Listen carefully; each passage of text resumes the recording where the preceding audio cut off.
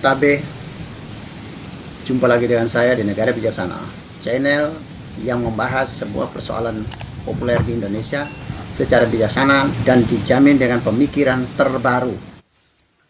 Indonesia atau termasuk ke Asia Tenggara barusan euforia menyangkut kedatangan Paus Fransiskus. Masyarakat di berbagai negara, berbagai lapisan masyarakat mengeluh-elukan Paus Fransiskus. Setahu saya lahir tahun 1960, jadi dalam usia saya yang hampir 65 tahun sekarang, saya sudah mendapat kejatahan masa paus, banyak paus, sampai ke paus yang sekarang ini. Setahu saya, semua paus yang pernah ada di muka bumi ini selalu terkenal, selalu dikagumi, selalu dialu-alukan di seluruh dunia. Ya tentu saja karena Paus Fransiskus datang ke Indonesia atau ke Papua Nugini atau ke Timor Leste dan ke Singapura, maka masyarakat kita menjadi jauh lebih euforia, jauh lebih gegap gempita karena momentumnya beliau datang. Tapi di berbagai negara juga kalau didatangi paus juga sama euforianya juga. Kalau tidak didatangi paus, ya mengagumi juga paus. Jadi posisi paus dari waktu ke waktu menurut saya itu sejauh pengamatan saya, paus memang selalu dialu-alukan di seluruh dunia. Seorang Sri Paus, pemimpin agama Katolik, pemimpin gereja Katolik dunia, pemimpin semua umat Katolik dunia, dan pemimpin dari negara Vatikan, itu selalu dialu-alukan setiap paus, tidak hanya paus yang sekarang. Setahu saya ya, entah paus sebelum saya tidak tahu, tapi setahu saya paus yang saya pernah tahu itu selalu terkenal, selalu populer, selalu dikagumi, selalu dialu-alukan warga dunia. Termasuk orang Indonesia di 35 tahun lalu pada Yohanes Paulus kedua datang juga sama. Bahkan paus-paus sebelum juga sama di tahun 50-an ya, 1950-an ya, itu sama juga. Paus dari masa ke masa selalu populer, selalu diidolakan, selalu dikagumi, selalu dialu-alukan di seluruh dunia. Dan di sana sini ada kesamaan antar paus, meskipun di sana sini juga ada tekanan-tekanan berbeda ya, tapi hal-hal mendasar mereka memiliki kesamaan. Pertanyaan yang paling menarik sekarang adalah, mengapa dunia mengalu-alukan seorang paus? Meskipun dunia di sini bukan orang Katolik saja, tapi orang non-Katolik pun mengalu-alukan paus. Kenapa begitu? Yang artinya setiap saat setahu saya Sri Paus, pemimpin agama Katolik ini selalu menjadi tokoh, kalau mau dirankingkan itu dia adalah peringkat 1 dunia. Itu setiap saat, paus siapapun lah. Sebelum Paus Fransiskus juga sama, paus-paus sebelum juga. Saya pikir mereka selalu berada pada ranking 1 dunia kalau popularitasnya. Setelah itu misalnya Presiden Amerika, hampir setiap Presiden Amerika juga selalu pada populer di tangga kedua misalnya ya, atau kalau mau diperingkatkan ya peringkat kedua. Di masa lalu paus misalnya populer, Presiden Amerika seperti George Bush, Bill Clinton, Ronald Reagan. Lalu ada tokoh-tokoh lain ya, tokoh lain itu misalnya tokoh olahraga misalnya pernah muncul, yaitu Muhammad Ali. Tokoh filantropis atau tokoh sosial, tokoh publik misalnya Lady Diana. Terus tokoh musik dunia misalnya seperti mega bintang Michael Jackson. Tokoh-tokoh lain ini hilang muncul dari berbagai profesi, hilang muncul. Tapi tokoh yang pasti berada di atas puncak selalu Paus, dan yang keduanya adalah Presiden Amerika Serikat. Kenapa selalu begitu? Paus selalu menjadi tokoh paling populer, tokoh paling dikagumi, tokoh paling dialu-alukan, tokoh yang paling diterima oleh semua kalangan masyarakat dunia, tidak hanya di kalangan Katolik, tapi non-Katolik di berbagai pojok dunia pun orang selalu mengeluh-elukan paus. Kenapa begitu? Kita kalau lihat dari segi mengapa masyarakat mengagumi atau mengeluh-elukan paus, tentu saja kehadiran paus di muka bumi menyentuh pada semua kebutuhan dasar manusia, umat manusia. Apabila seseorang merasa kebutuhan dasar hidupnya atau kebutuhan hidupnya terpenuhi oleh seorang tokoh itu, maka dia akan mengidolakan tokoh itu. Dia akan suka dengan tokoh itu. Tokoh yang tidak menyentuh pada semua kebutuhan manusia atau kebutuhan dasar manusia, maka tokoh itu tidak dialu-alukan. Paling-paling dia dialu-alukan oleh kelompoknya, oleh komunitasnya sendiri. Jadi apabila seorang tokoh diterima oleh berbagai kalangan, itu artinya orang tersebut melayani kebutuhan universal. Kebutuhan semua orang, kebutuhan yang sama. Dari suku apapun, agama apapun, dari ras apapun, dari golongan apapun, dia membutuhkan hal yang sama, kebutuhan dasar semua manusia.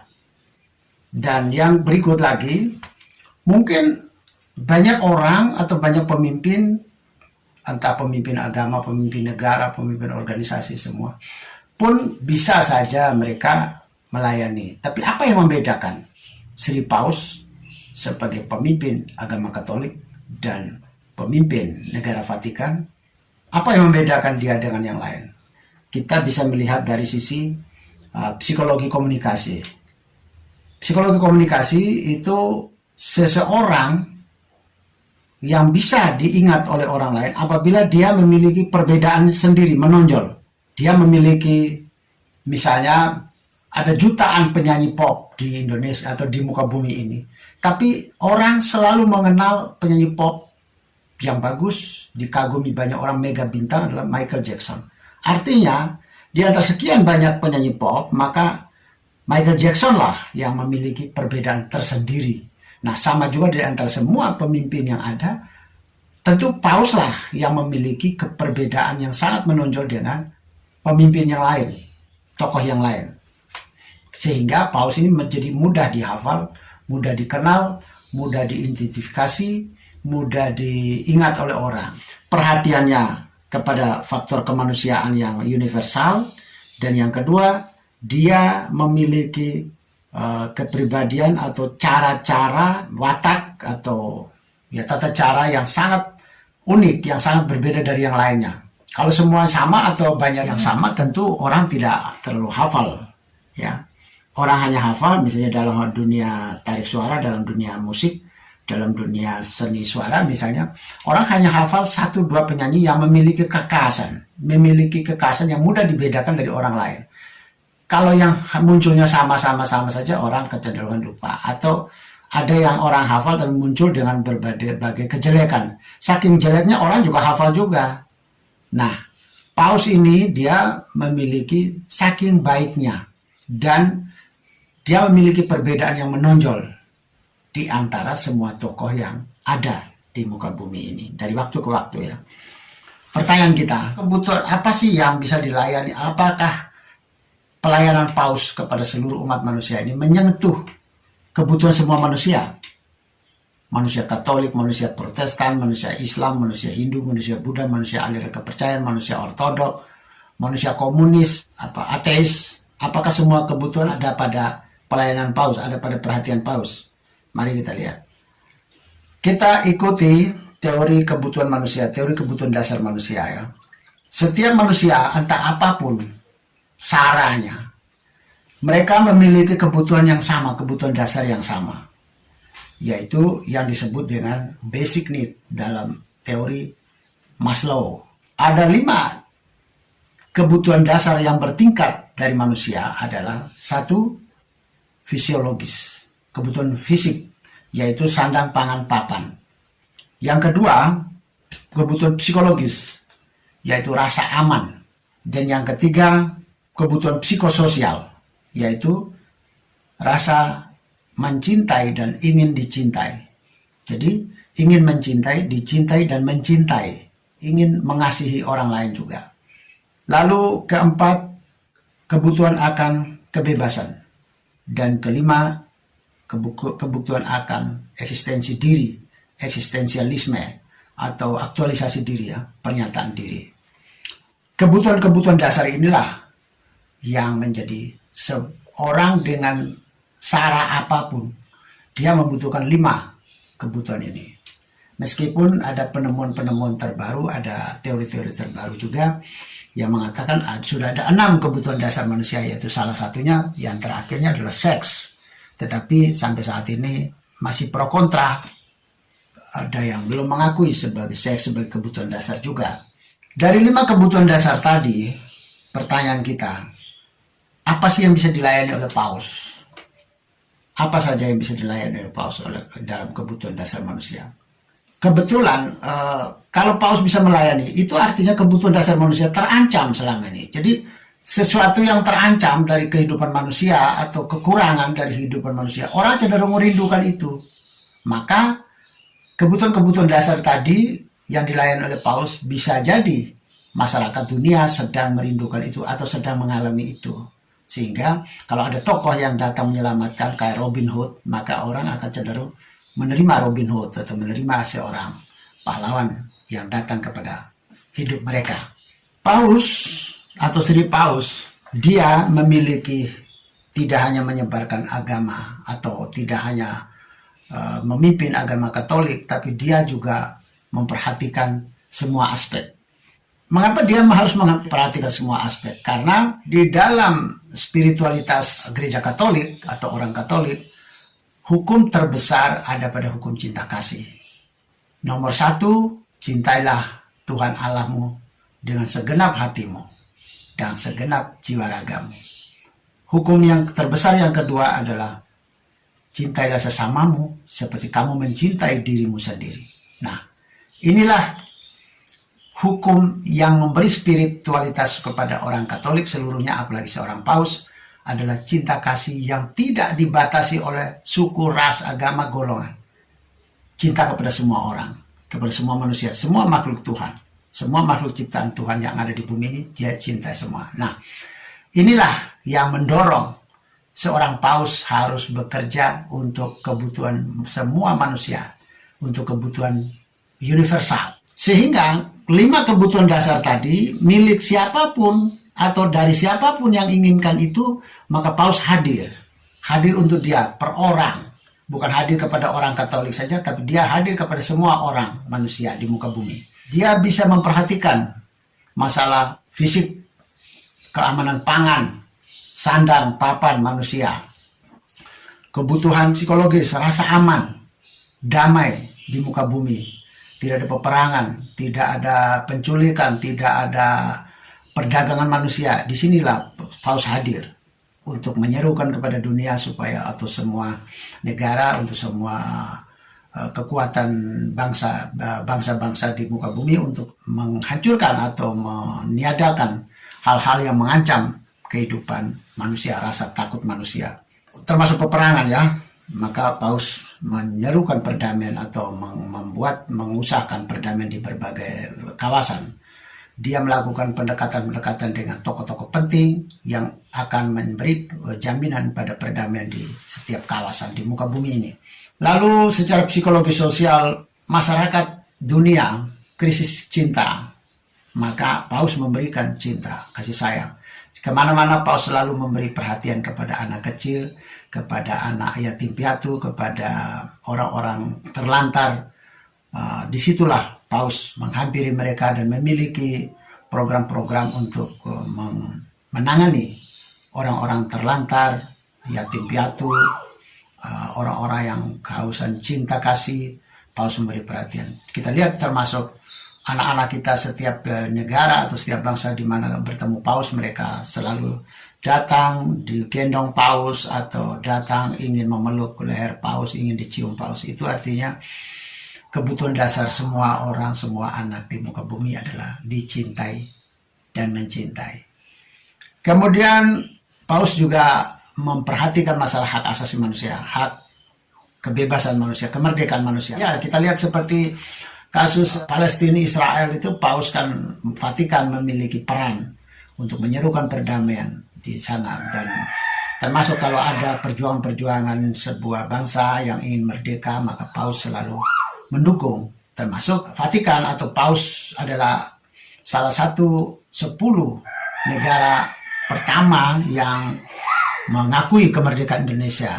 Jadi itu menunjukkan komitmen Paus dalam memenuhi kebutuhan dasar manusia adalah hak untuk merdeka, hak untuk hidup bebas. Kemudian hak untuk mengaktualisasi diri, eksistensi diri, hak untuk berpendidikan, hak untuk mengekspresikan diri dengan talenta setiap orang. Paus memastikan dirinya hadir untuk melindungi semua orang, dipastikan untuk tidak terhalang dalam mengaktualisasi dirinya. Kita lihat semua ini Paus tidak hanya dari mimbar ya. Tidak dari mimbar saja, tapi dia melakukan aksi langsung. Kita lihat seperti aksi yang tidak banyak orang tahu selama ini adalah misalnya dia membuat program skolastika ya, atau skolastik yang menyebar di seluruh dunia termasuk di Indonesia.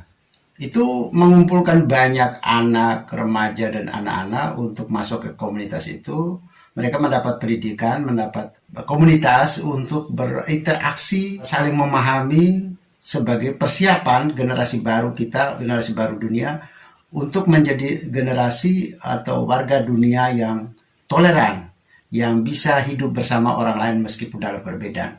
Ini adalah aksi-aksi yang nyata dipersiapkan dari usia anak-anak sampai dengan usia remaja dari seluruh dunia. Ini adalah action langsung. Jadi Paus tidak hanya berteriak dari mimbar, tapi dia action, melakukan tindak nyata. Ini yang membedakan Paus dengan berbagai tokoh agama di muka bumi ini. Yang lain cuma berteriak dari mimbar, menyerukan kepada orang lain, tapi Paus bertindak secara langsung. Di bidang pendidikan juga seperti itu, termasuk bidang ekonomi dalam hal keadilan pemerataan dalam pemberdayaan masyarakat yang tidak mampu, maka Paus juga menyerukan, memperjuangkan untuk menurunkan kegarangan atau dampak negatif dari kapitalisme. Paus menyerukan itu sebuah aksi yang sangat fenomenal ya, karena sudah lama orang berteriak tentang kapitalisme yang perlu dimusnahkan atau berbahaya kapitalisme, tapi dari berbagai ruang seminar, dari berbagai kampus, dari berbagai mulut dan tulisan para cendekiawan, tapi dunia tidak terlalu terpengaruh ya. Tapi begitu Paus menyerukan tentang tidak bisa menghapus kapitalisme, tapi kapitalisme perlu diimbangi, perlu dihambat sedikit perjalanannya, kegarangannya dengan cara membentuk UKM, memberdayakan UKM di seluruh dunia. Akhirnya kan UKM di mana-mana termasuk kita di Indonesia kan cukup gencar dilakukan oleh para pemerintah dan oleh para NGO atau LSM di seluruh dunia, menghidupkan UKM itu dalam rangka untuk memberi keseimbangan atau melenyapkan gap atau kesenjangan agar tidak terlalu tinggi antara yang kaya dan yang miskin. Inilah bentuk-bentuk aksi langsung ya. Dalam hal beraksi langsung juga dalam perdamaian dunia dan menyebarkan cinta kasih itu kita lihat dalam hal Paus, dalam hal di mimbar khotbah itu tidak pernah dia menghakimi orang lain, kau ke surga, kau ke neraka, kau dosa, nanti Tuhan marah. Itu dia tidak pernah ngomong begitu. Itu yang saya saksikan tidak hanya Paus ya. Sepanjang saya tahu, saya sebagai orang Katolik, dari saya kecil sampai sekarang itu, di mimbar ke gereja Katolik tidak pernah dipakai untuk menghakimi seseorang, termasuk menyombongkan diri terhadap agama Katolik yang terbaik dan menganggap agama lain tidak bagus atau jelek begitu misalnya, atau umat dari agama lain masuk neraka. Itu tidak pernah ada itu yang seperti itu. Itu yang membedakan Paus dengan orang lain. Dia tidak hanya bicara dari segi di mimbar atau ayat-ayat dalam Injil, tapi dia action langsung. Dia tahu bahwa tidak boleh menyakiti hati orang lain dengan cara menyombongkan diri ajaran agama Katoliknya, sehingga dia tidak pernah menghakimi orang lain, ajaran orang lain tidak baik itu tidak pernah, dan juga mereka tidak pernah menghakimi orang mau ke surga atau ke neraka, karena mereka tahu itu adalah wilayah Tuhan. Kalau sampai Paus menghakimi seseorang, berarti Paus sedang menebarkan permusuhan, menebarkan kebencian terhadap orang lain, tidak berdamailah berarti tidak berkasih sayang kepada orang lain. Jadi Paus tahu bahwa itu adalah wilayah otoritas Tuhan dan bukan wilayah otoritas para manusia. Jadi Paus dan bawahan semua itu sampai ke pastor-pastor di berbagai tempat, mereka hanya menyebarkan kasih sayang, cinta kasih hukumnya. Tetapi persoalannya setelah orang menjalani atau tidak menjalani sama sekali, atau menjalani dengan cara apapun, bahwa itu akan menjadi suci atau dosa, atau diterima atau tidak, itu bukan wilayah para pemimpin gereja Katolik lagi, tapi itu sudah menjadi hak prerogatif ada pada Tuhan sendiri yang menghakimi. Sehingga tidak menyakiti hati siapapun, tidak membuat tersinggung siapapun. Kita lihat juga Paus tidak pernah menyebarkan kebencian dari atas mimbar, tidak pernah dipakai. Atau para pastor yang saya lihat selama ini nih, mereka tidak pernah menggunakan mimbar itu untuk membenci orang lain, membenci yang berbeda dengan mereka. Tidak pernah. Mereka selalu menyebarkan kasih sayang, perdamaian, tidak pernah mengumbar kebencian, termasuk membenci pemerintah, membenci agama lain, membenci penguasa, itu tidak pernah.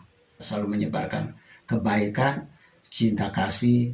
Jadi cinta kasih itu harus ditata dengan pikiran dan perkataan dan perbuatan. Jadi perkataan juga tidak boleh membuat orang lain sakit hati, membuat orang lain malu, menghina orang lain, memfitnah orang lain. Itu dari mimbar gereja Katolik yang saya ikuti selama ini tidak pernah ada yang seperti ini, yang sangat membedakan Paus dengan banyak tokoh-tokoh lain seperti ini. Mengapa Paus jadi idola dunia? Ya?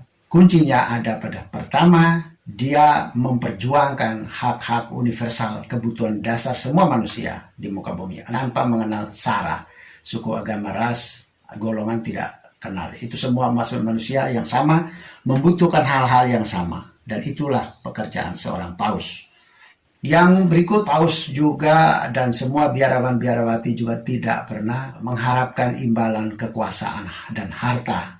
Mereka ada yang namanya kaul kemiskinan. Jadi semua biarawan-biarawati termasuk Paus itu, mereka memiliki kaul. Kaul itu janji atau sumpah mereka harus hidup miskin, tidak mengumpulkan kekayaan dan takhta. Jadi mereka hanya bisa dijamin makan, minum, dan tempat tinggal mereka, pakaian mereka. Tapi itu pun seadanya, tidak boleh berlebihan. Kalaupun mereka mendapat uang lebih, misalnya contoh seperti dulu Romo Mangunwijaya di Indonesia itu kan, dia punya banyak uang, misalnya dari mengarang, dari menulis, dari pembicara di mana-mana, dari menulis buku dan macam-macam. Akhirnya dia punya dapat uang banyak, termasuk dari donatur-donatur.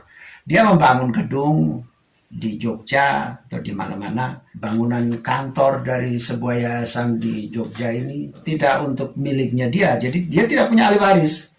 Ketika dia meninggal, maka semua hasil yang didapat oleh Romo Mangunwijaya itu dikembalikan ke gereja, diserahkan kepada gereja, atau yang lainnya, yang misalnya Paus pasti diserahkan kepada kongregasi Serikat Yesuitnya, dan ada banyak kongregasi yang lain lagi. Ada orang dari kongregasi CM, ada yang dari Fransiskan, dari macam-macam itu. Nanti mereka setelah meninggal pasti itu akan dialihkan. Ahli waris mereka adalah ordo atau kongregasi atau gereja itu, tidak ke pribadi, tidak ke keluarganya, tidak ada. Nah, disinilah mereka mengabdi secara total tanpa memikirkan harta dan jabatan. Dari segi jabatan juga begitu. Jadi sebenarnya gereja Katolik itu kan berkembang mirip negara, bahkan lebih luas dari negara-negara ya, karena dia strukturnya itu dimulai dari tingkat dunia sampai ke tingkat desa-desa, tingkat kampung-kampung ini ada. Paling rendah itu namanya lingkungan, yaitu kayak sebuah lingkungan itu terdiri dari misalnya ada beberapa kampung lah, itu paling rendah. Nah, semua itu ada struktur, ada hierarkinya ya, ada pengurusnya yang setiap periode tertentu akan ganti atau dipilih lagi macam-macam. Yang uniknya di dalam struktur organisasi Katolik itu, pemilihan itu berjalan sangat mulus, sangat tenang, sangat damai, tidak ada retak-retak, tidak ada riak-riak, tidak ada perkelahian, tidak ada permusuhan. Semua orang terima karena dijalani dengan penuh kejujuran, penuh kedamaian, penuh cinta kasih, penuh keikhlasan. Jadi tidak ada riak-riak, tidak ada ribut-ribut kalau dalam hal pemilihan. Pada pemilihan terjadi terus setiap tahun, atau setiap 2 tahun, setiap 3 tahun. Itu dari tingkat kampung sampai dengan tingkat dunia.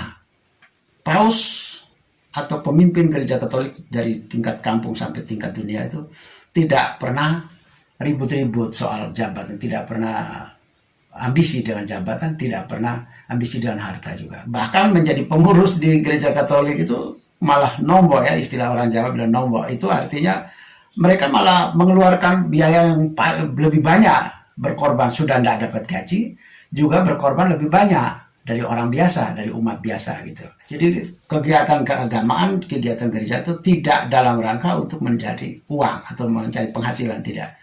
Mereka penghasilannya dicari sendiri di luar, dagang, bertani, nelayan atau apapun lah, pegawai atau apapun.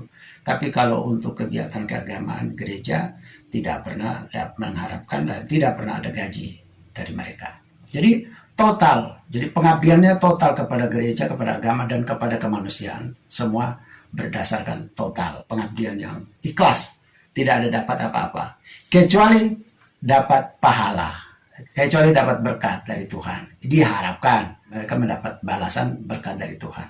Jadi satu tadi ya, memperjuangkan hak-hak universal, hak kebutuhan universal umat manusia. Yang kedua, pengabdian total tanpa mengharapkan imbalan apapun. Dan yang ketiga, energi, cinta, kasih itu diterapkan dalam action, beraksen langsung. Kalaupun khotbah juga, aksi dalam khotbah juga misalnya kata-kata dipakai untuk tidak menyakiti siapapun, tidak menyerang siapapun, tidak merendahkan siapapun, dan tidak menyombongkan diri. Jadi ini saya lihat yang membedakan mengapa Paus menjadi dialu-alukan di seluruh dunia. Kalau di negara bijaksana, yang jelas masyarakat, umat beragama, pemimpin akan meniru perilaku Paus. Terima kasih. Selamat meneladani seorang Paus. Jika Anda setuju dengan saya, Anda seide dengan saya, berarti kita berada pada satu perjuangan yang sama, yaitu ingin melihat Indonesia menjadi lebih baik, Indonesia menjadi negara yang bijaksana yang kita impikan. Caranya adalah dengan Anda memberi dukungan dan berpartisipasi dalam channel ini. Subscribe di bawah channel ini, bunyikan lonceng di sampingnya untuk menunjukkan Anda berlangganan secara gratis, dan ada pemberitahuan setiap kali saya mengirim edisi baru. Dan jika Anda setuju dengan ide ini, jangan lupa bagikan ke semua relasi Anda. Terima kasih.